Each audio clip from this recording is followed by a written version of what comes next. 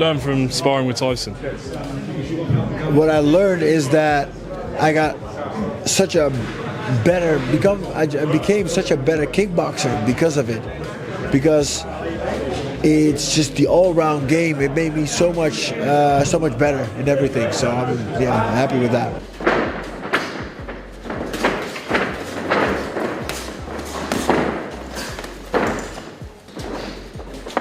That's it. You know, Tyson Fury, catch their mistakes. Rico Verhoeven drops Tyson Fury in intense sparring and sends warning to Oleksandr Usyk. Leaked sparring footage shows Rico stepping in with serious intent, overwhelming Tyson Fury with sharp pressure and timing that leads to a shocking knockdown. This is not light training, it's controlled dominance, and Rico ends it by sending a clear warning to Usyk about his power and intent. Do this. I don't think so. I don't think they landed their best shot on Usyk, because he's so slithery. He's all over the place. So I think he didn't get rocked the right way. Rico knocking out Tyson Fury in leaked footage. The sparring clips show Rico entering with full aggression and immediately taking control of the exchanges against Tyson Fury. His timing and precision catch Fury off guard as heavy shots start breaking his rhythm and forcing mistakes. The intensity keeps rising until Fury is visibly rocked and dropped in training, turning what looked like sparring into a serious statement.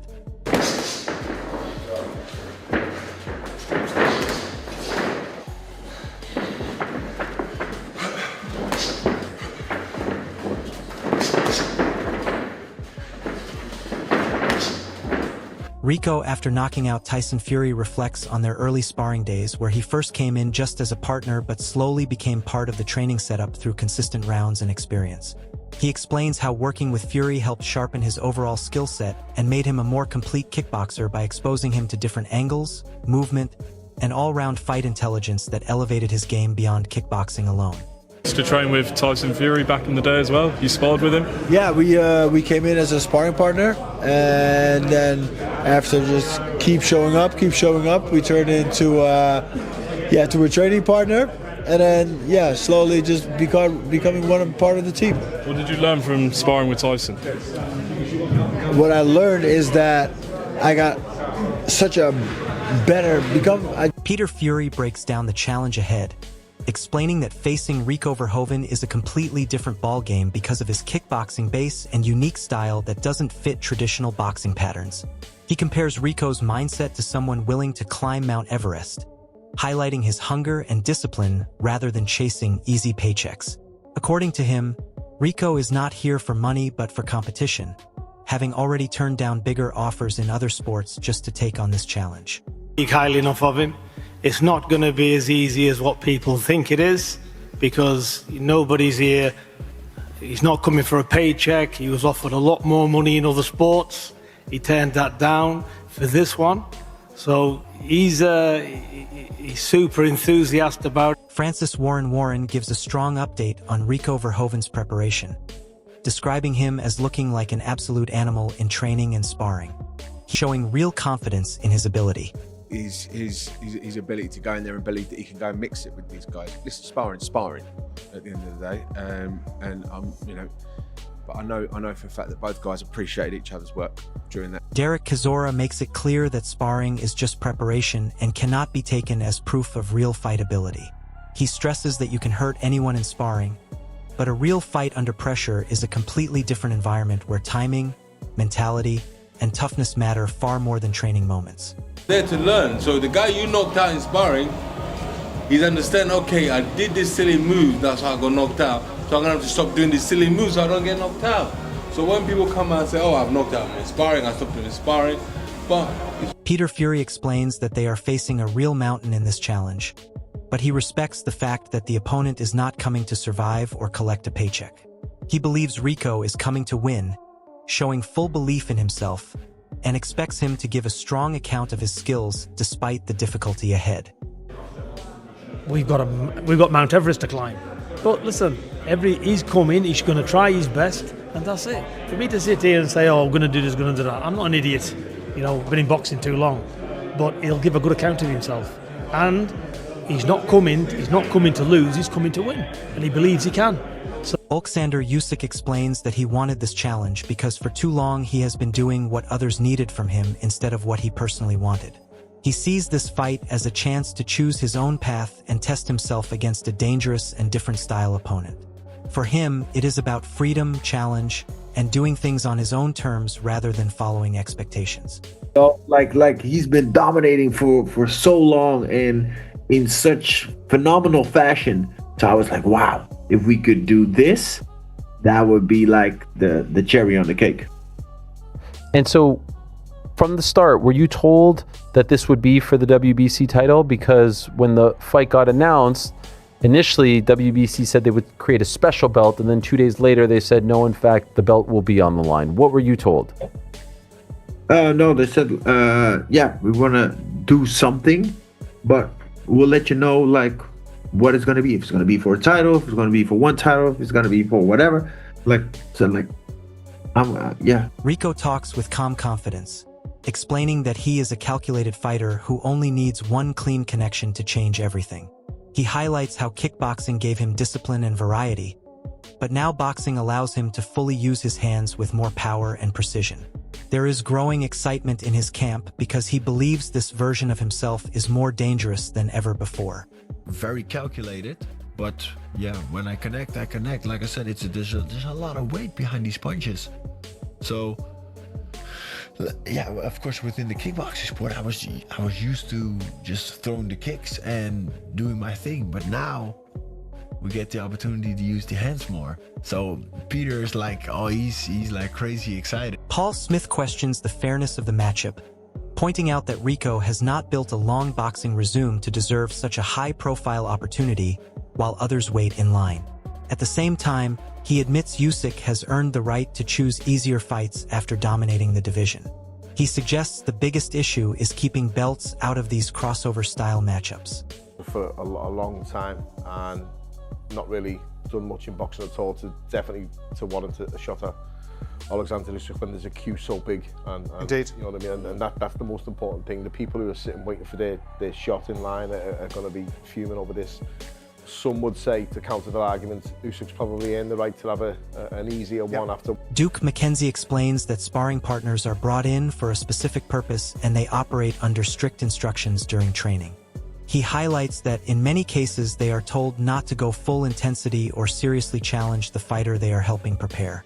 This raises questions about how much real insight sparring footage actually gives when everything is controlled and limited. Rico Verhoeven, the next opponent of Oleksandr Usyk, but there's a bit of a twist in this one because this fella's renowned as a kickboxing champion, and now he's going to adapt to the boxing discipline and take on the very best in Oleksandr Usyk. But it's so... Simon Jordan suggests there is always a deeper motivation behind crossover fights like this, especially when big money and business are involved. He believes Usyk would not take such a fight without a clear reason, pointing towards financial or strategic benefits. In his view, in his own little space, and I can see how the monetization vehicle of this works, but Usyk wouldn't be doing this unless there's a reason for it. There must be a motivation behind it. It must be some form of derivative as to what happened between the various disciplines crossing over with Ngannou. Are easy to make because both sides are willing and motivated. He also confirms the seriousness of the matchup, treating it as a real clash between elite-level fighting minds. You know, Rico wanted the fight, Usyk wanted it. They said both want to fighting men, aren't they? So fights like this are not going to be hard to make. Ade Oladipo highlights the magnitude of Oleksandr Usyk facing one of the greatest kickboxers of all time, Rico Verhoeven, and breaks down his rise from being called the Prince of Kickboxing to the King of the sport. He praises Rico's elite-level experience and long dominance in kickboxing, while also pointing out that despite his background, he still carries real striking ability and decent hands. The tone reflects both respect and curiosity, as even experts find this crossover clash unusual and intriguing. It's a fight that mixes elite kickboxing pedigree with top-level boxing skill, creating a rare and unpredictable matchup. Oleksandr Usyk steps in and will take on one of the greatest kickboxers of all time. I'm actually quite a big kickboxing fan, so I know quite a lot about him. I've watched a few of his fights over the years. They used to call him the Prince of Kickboxing, and then he elevated to the King of Kickboxing.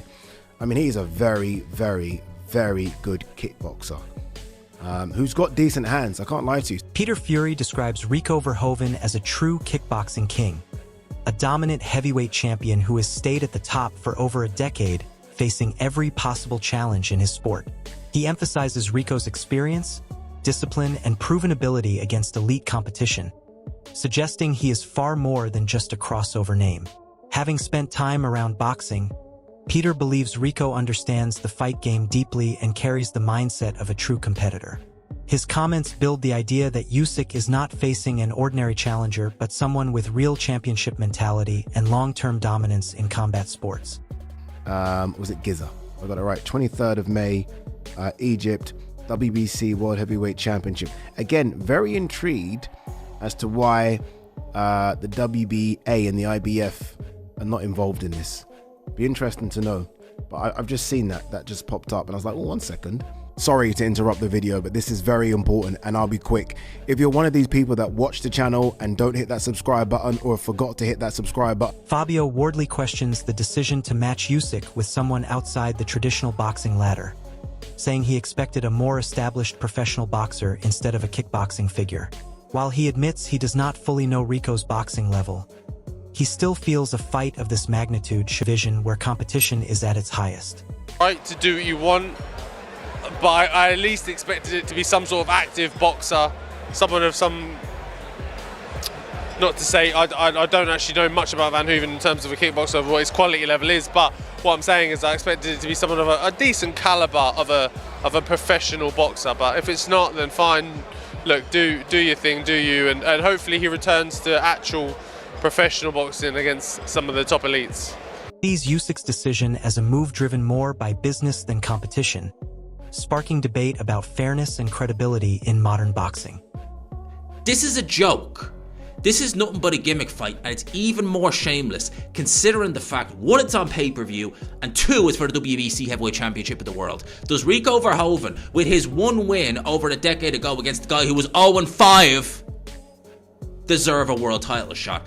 Answers on a postcard. Can you play the recorder? No. That's the answer. This is shocking. Shocking stuff from Oleksandr Usyk. This is Oleksandr Usyk picking money over legacy. Max Kellerman highlights Rico Verhoeven's physical dominance and elite kickboxing background, pointing out that even though this is only his second professional boxing fight, he is already a proven world-level champion in another combat sport. He recalls watching kickboxing growing up and emphasizes how different it is from boxing, stressing that the two sports cannot be treated the same. His comments underline both respect for Rico's credentials and caution about how his kickboxing skills will translate into a boxing ring. Verhoeven's second professional boxing match, but guys, Verhoeven is 6'5", 270, and he is like the dominant champion in kickboxing. I used to watch kickboxing all the time. Growing up, if there was no boxing on TV way before the UFC, they'd like ESPN have kickboxing on. I used to watch it, right? Chris, you have fought. Now look, it is not boxing. Rico Verhoeven explains that he believes Usyk has already solved the boxing puzzle multiple times, but this time he is bringing something different that Usyk has not faced before. He describes himself as a physical and tactical challenge, using his size, strength, and kickboxing angles to create problems inside the ring. Rico's confidence is clear as he sees himself as a new kind of puzzle that could disrupt even an elite champion like Usyk. What I believe is that the puzzle of boxing, Oleksandr solves multiple times. Too many times already. And I think this is a puzzle he hasn't solved yet. So I'm gonna bring kickboxing angles, bring a different type of puzzle. And like I said, I'm a big unit. I'm like 125 kilos. So that is something that Oleksandr Usyk downplays any pressure around the fight, insisting that it is just another boxing match and part of his normal preparation. He keeps a calm and composed mindset, showing no sign of intimidation or distraction. For him, everything remains simple, structured, and focused on execution, treating the challenge as just another task in his professional journey. Oleksandr, what he's done, he's wiped the floor with everybody. He's established himself at the top there. So now you look at him and you link financially. Will he be in a better position than Tyson Fury? No, not in my opinion. Anthony Joshua? No, not in my opinion. The big money fights aren't out there for him. So he's got to do something. He's got to put himself in a position where he's got to win, because he's proved he's top draw. So in this fight here, I think it creates interest, intrigue. I'm quite sure there's a healthy pay packet at the end of it. This is now business for him. Dave Allen respects Rico Verhoeven as a world-class kickboxer, but strongly believes there is a major gap between kickboxing and elite heavyweight boxing. He argues that while Rico has skills, I'm not interested in. I like Rico Verhoeven, sparred him, know him, nice fella, very good kickboxer, one of the best of all time, but he's not a boxer. If he wants to fight, can he box? Yeah, he can box. He's a very good boxer, but he shouldn't be boxing the best heavyweight in the world. If he wants to do it as an exhibition, go and do it. I'm not interested in Usyk Verhoeven, just for the simple fact. Raw strength and kickboxing style change everything inside the ring.